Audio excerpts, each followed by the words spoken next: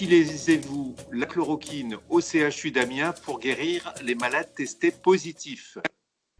Alors, ça, je ne pourrais pas vous répondre parce que je suis médecin de prévention, on fait de la santé publique, et donc c'est mes collègues qui prennent en charge les patients qu'il faudrait interroger de manière beaucoup plus précise par rapport à ça.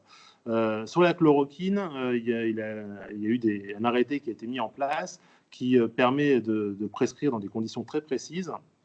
Pourquoi il a été mis en place cet arrêté? Parce que la chloroquine, ce n'est pas un médicament qui est anodin, il a des risques. Donc il nécessite une surveillance, notamment aux doses qui sont préconisées par les chercheurs qui évoquent la chloroquine comme une piste dans le Covid-19.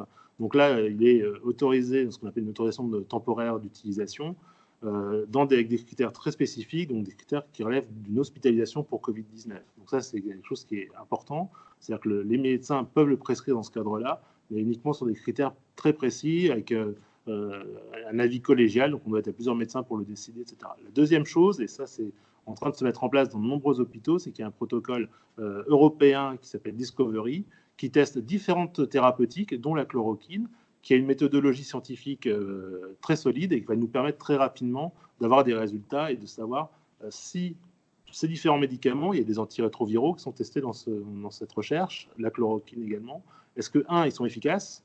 Qu'est-ce qu'ils apportent aux patients? Et deux, s'ils sont sûrs. Parce que dans l'histoire de la médecine, on a plein de cas, plein d'exemples où on pensait avoir une excellente idée pour traiter des maladies et on s'est vite rendu compte en fait, que ça entraînait plus de dégâts, plus de décès même parfois, que ce qu'on voulait faire. Donc ça, c'est important que ça soit fait de manière cadrée, soit dans le cadre des autorisations temporaires d'utilisation, soit dans le cadre des recherches qui sont actuellement lancées. Alors justement, pour parler de Discovery, Eric nous pose une question à ce sujet. Est-ce que le CHU d'Amiens participe déjà ou va participer à ce programme européen Discovery?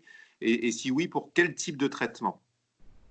Alors, une fois de plus, mes collègues qui sont au lit des patients et qui les prennent en charge et qui prescrivent les traitements, c'est à eux qu'il faudrait poser ces questions.